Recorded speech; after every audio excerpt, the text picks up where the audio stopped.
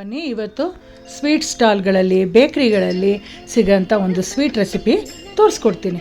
ತುಂಬ ಸುಲಭವಾಗಿ ಕಡಿಮೆ ಇಂಗ್ರೀಡಿಯೆಂಟ್ಸಲ್ಲಿ ರೆಡಿ ಮಾಡ್ಕೋಬೋದು. ಇದರ ಹೆಸರು ಬಂದು ಸಂದೇಶ್ ಅಂತ. ತುಂಬ ಚೆನ್ನಾಗಿರುತ್ತೆ, ಟೇಸ್ಟಿಯಾಗಿರುತ್ತೆ, ತುಂಬ ಸಾಫ್ಟಾಗಿ ಕೂಡ ಇರುತ್ತೆ. ಮಾಡೋದು ಹೇಗೆ ಅಂತ ನೋಡ್ಕೊಳ್ಳೋಣ.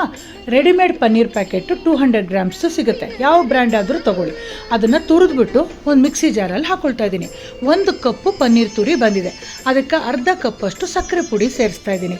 ಸಕ್ಕರೆ ಪುಡಿ ಇದ್ದರೆ ಹಾಕ್ಕೊಳ್ಳಿ, ಇಲ್ಲಾಂದರೆ ಸಕ್ಕರೆನ ಪೌಡ್ರ್ ಮಾಡಿ ಕೂಡ ನೀವು ಸೇರಿಸ್ಕೋಬೋದು. ಪಲ್ಸ್ ಮೋಡಲ್ಲಿ 1 ರಿಂದ 2 ಸತಿ ಮಾಡಿದ್ರೆ ಈ ಥರ ಚೆನ್ನಾಗಿ ಸಕ್ಕರೆ ಮತ್ತು ಪನ್ನೀರು ಮಿಕ್ಸ್ ಆಗುತ್ತೆ. ಅದನ್ನು ಒಂದು ಬಾಣಲೆಯಲ್ಲಿ ಟ್ರಾನ್ಸ್ಫರ್ ಮಾಡಿಕೊಂಡು ಒಲೆ ಮೇಲೆ ಒಂದು 5 ನಿಮಿಷ ಈ ಥರ ತಿರುತ್ತಾ ಇರಿ.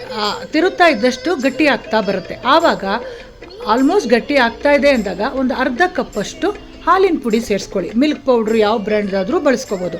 ನಾನಿಲ್ಲಿ ತಿರುತ್ತಾ ಇರ್ಬೇಕಾದ್ರೆ ಯಾರೋ ಬಂದರು, ಬಾಗಿಲು ತೆಗಿಲಿಕ್ಕೆ ಹೋಗಿದ್ದೆ. ಆಗ 2 ನಿಮಿಷದಲ್ಲಿ ಅದು ಸ್ವಲ್ಪ ತಳ ಹಿಡ್ಕೊಂಬಿಡ್ತು. ನೀವು ಆ ತಪ್ಪು ಮಾಡಬೇಡಿ, ಅಲ್ಲೇ ನಿಂತ್ಕೊಂಡು ಚೆನ್ನಾಗಿ ತಿರುತ್ತಾ ಇರಿ. ನೋಡಿ, ಎಲ್ಲಿವರೆಗೂ ತಿರುಗಬೇಕು ಅಂದರೆ ಆ ಬಾಣಲೆ ಬಿಟ್ಕೊಂಡು ಬರಬೇಕು. ಕಾಣಿಸ್ತಾ ಇದೆಯಾ ನಿಮಗೆ? ಮಧ್ಯದಲ್ಲಿ ಉಂಡೆ ಆಕಾರಕ್ಕೆ ಬರುತ್ತೆ. ಆವಾಗ ಆಗಿದೆ ಅಂತ ಅರ್ಥ. ಇವಾಗ ನೋಡಿ, ಸೂಪರಾಗಿ ರೆಡಿಯಾಗಿದೆ. ಇದನ್ನು ಒಲೆ ಉರಿ ಆಫ್ ಮಾಡಿಬಿಟ್ಟು ಸೈಡ್ಗೆ ಇಟ್ಬಿಟ್ಟು ಸ್ವಲ್ಪ ಉಗುರು ಬೆಚ್ಚಗಾದಮೇಲೆ ನಿಮ್ಗೆ ಇಷ್ಟವಾದ ಸ್ಕ್ವೇರ್ ಆದರೂ ಸರಿ, ರೌಂಡ್ ಆದರೂ ಸರಿ, ಈ ಥರ ಸ್ವೀಟನ್ನು ರೆಡಿ ಮಾಡ್ಕೋಬೋದು. ನಾನಿಲ್ಲಿ ರೌಂಡಾಗಿ ಮಾಡಿಡ್ತಾ ಇದ್ದೀನಿ. ಒಂದು 15 ರಿಂದ 20 ಬಾಲ್ಸು ಬಂದಿದೆ. ಇದಕ್ಕೆ ಅಲಂಕಾರಕ್ಕೆ ಸ್ವಲ್ಪ ಕೇಸರಿ ದಳನ ಹಾಲಲ್ಲಿ ಅಜ್ಜಿಬಿಟ್ಟು ಇಡ್ತಾ ಇದ್ದೀನಿ. ಭಾಳ ಚೆನ್ನಾಗಿ ಕಾಣಿಸುತ್ತೆ ನೋಡಲಿಕ್ಕೆ, ತಿನ್ನಲಿಕ್ಕೂ ಅಷ್ಟೇ. ಖಂಡಿತ ಟ್ರೈ ಮಾಡಿ ಫ್ರೆಂಡ್ಸ್, ಎಲ್ರಿಗೂ ಇಷ್ಟ ಆಗುತ್ತೆ. ಮಾಡಿಬಿಟ್ಟು ಹೇಗೆ ಬಂತು ಅಂತ ನನಗೆ ಕಮೆಂಟ್ಸಲ್ಲಿ ಹೇಳಿ. ನಿಮ್ಮ ಕಮೆಂಟ್ಸ್ಗೆ ಎದುರು ನೋಡ್ತಾ ಇರ್ತೀನಿ.